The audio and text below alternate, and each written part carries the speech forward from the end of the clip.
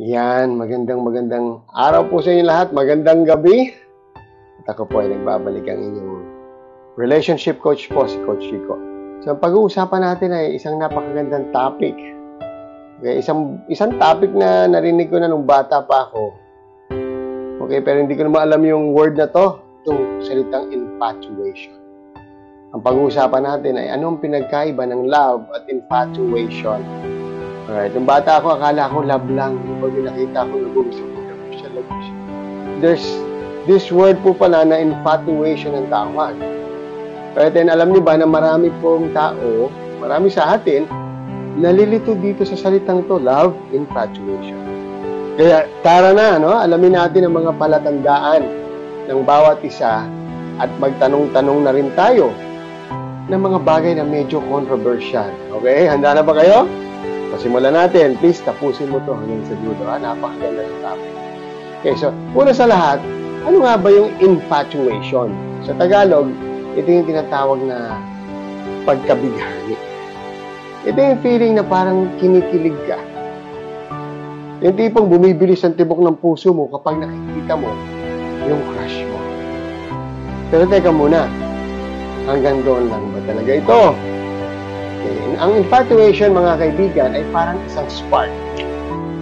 Biglaan, mabilis, at grabe kung umapoy. Madalas ito ay nakabase sa physical na attraction o sa idea ng isang tao na hindi pa natin lubusang kilala. Okay, kaya nga, bago mo pa lang siya nakita, kumbaga, it's more on the surface level. So, panandalian lang. At madalas, pagkatapos ng ilang buwan, nawawala na rin yung ligas, yung apoy. Ngayon, ibahin naman natin sa love. Ano ba yung love? Ang love, ang tunay na pag-ibig, matibay at tumatagal. Hindi ito basta-basta naglalaho. Hindi lang ito tungkol sa kilig, kundi pati na rin sa pagtanggap sa buong pagkatao ng isang tao. Kasama na ang mga flaws at imperfections mo. So, ang pag-ibig mapapakita pag oras na kagipitan at sa mga panahon hindi na masaya. Yun ito ang pag-ibig. Ito yung nagpapasensya ka, nag-uunawa at hanggang mag-sacrifice. Yun ang lahat. Pero syempre, hindi natin maiwasan ang mga disturbing questions. Paano kung yung pagkabighanin mo hindi na mawala-wala at nagiging obsession na? O di kaya naman, paano mo malalaman kung totoo na nga ba'y nararamdaman mo? At hindi lang puro kilig. Mahirap, di ba? Hindi natin alam. So ngayon, para malaman natin kung infatuation ba o love ang nararamdaman mo, okay, subukan mong sagutin ang mga tanong na ito. Okay? Tandaan niyo po ito, ha? Balikan niyo itong video na ito pagka nandiyan ako sa Philippines. Kilala mo ba talaga siya? Pati na ang mga hindi magagandang side niya, maniwala kayo sa hindi. Lahat po ng tao may dalawang side. Maganda, meron.